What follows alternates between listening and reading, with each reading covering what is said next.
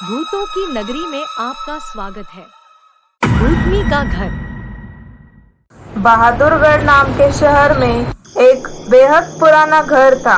उस घर को सब लोग भूतिया और अपशकुनी कहते थे, क्योंकि जो भी वहां रहने आता उनकी किसी न किसी कारण से मृत्यु हो जाती।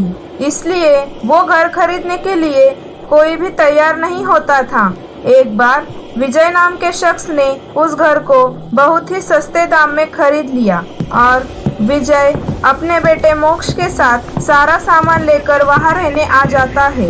विजय को अपनी नौकरी की वजह से हर बार इधर से उधर जाना ही पड़ता था। इस बार विजय की बदली बहादुरगढ़ में हुई थी। घर में शिफ्ट होने के 1-2 दिन में ही विजय को अपने आसपास अजीबोगरीब घटनाएं घटित होने का एहसास होने लगा। पहले तो वह इसे नजरअंदाज करता रहा, लेकिन जब उसे घर में किसी की मौजूदगी का एहसास होने लगा तो वह सतर्क हो गया।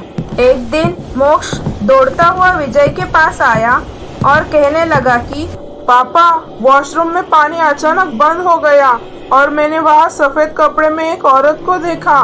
इतना कहते कि अचानक चुप हो गया और विजय की ओर उंगली दिखाते हुए कहने लगा, पापा, वो औरत आपके पीछे ही खड़ी है। इतना कहकर मोक्ष और डरने लगा। विजय मोक्ष को लेकर उसी वक्त घर से बाहर निकल गया। मोक्ष बहुत सहम गया था, तो उसका डर भगाने के लिए विजय ने उसके लिए एक कुत्ता खरीदा और उसे साथ लेकर तीनों घर वापस आ गए। एक रात बहुत तेज बरसात में जब अचानक घर की बिजली चली गई, तो विजय ने घर से बाहर जाकर देखा। आसपास के सभी घरों में बिजली थी, सिवाय उनके घर की। तो उसे लगा कि जरूर पावर सप्लाई में कुछ गड़बड़ी हुई होगी। इतने में विजय को मोक्ष के जोर से चिल्लाने की आवाज आती है। विजय डरता हुआ टॉर्च और एक डंडा लेकर उसके पास आ जाता है। मोक्ष को दोबारा से घर में वो औरत दिखाई देती है। मोक्ष को डरा हुआ देखकर विजय उसे अपने साथ बिजली ठीक करने के लिए पावर हाउस ले जाता है। उनका कुत्ता भी यहाँ वहाँ देखते हुए जोर जोर से भौंकने लगता है। विजय को आभास होता है कि कोई उनके पीछे पीछे आ रहा है। पावर हाउस में जाते ही विजय को सामने एक लाश दिखाई देती है। लाश देखकर मोक्ष भी डर से थर-थर कांपने लगता है। विजय अपने बेटे को लेकर तुरंत उस पावर हाउस से बाहर भागने की कोशिश करने लगता है। पावर हाउस से बाहर निकलते हुए अचानक विजय के पाँव में चोट लग जाती है और बहुत कोशिश करने पर भी विजय उठकर खड़ा ही नहीं हो पाता।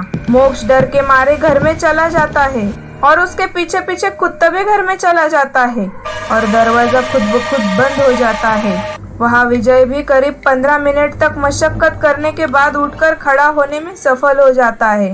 विजय दौड़ता हुआ घर के अंदर जाता है और चारों ओर मोक्ष की तलाश करता है, लेकिन उसे ना तो मोक्ष और ना ही कुत्ते का कुछ पता चल पाता है। बहुत ढूंढने पर भी जब दोनों नहीं मिले तो विजय हार मान लेता है और उनके दोबारा मिलने की आस में वही रहने लगता है। कुछ दिन बाद विजय बिजली की लाइन को ठीक करने के लिए एक इलेक्ट्रिशियन को बुलाता है, लेकिन घर में दाखिल होने से पहले ही वह दरवाजे से ही उल्टे पैर भाग जाता है। विजय के पूछने पर वह कहता है कि आपके घर में एक औरत, एक बच्चा और एक कुत्ते का भूत दिखाई दे रहा है। इलेक्ट्रिशियन की बात सुनकर विजय उदास हो जाता है। उसे एहसास हो जाता है कि अब उसका बेटा कभी लौटकर नहीं आएगा, जिसके बाद विजय वह घर छोड़कर चला जाता है और कभी लौटकर नहीं आता। इस कहानी से हमें यह सीख मिलती है कि किसी भी चीज पर अपना समय और धन निवेश करने से पहले जांच पड़ताल कर लेनी चाहिए। कैसी लगी आपको यह कहानी? ऐसी डरावनी कहानी सुनने के लिए प्लीज लाइक, शेयर एंड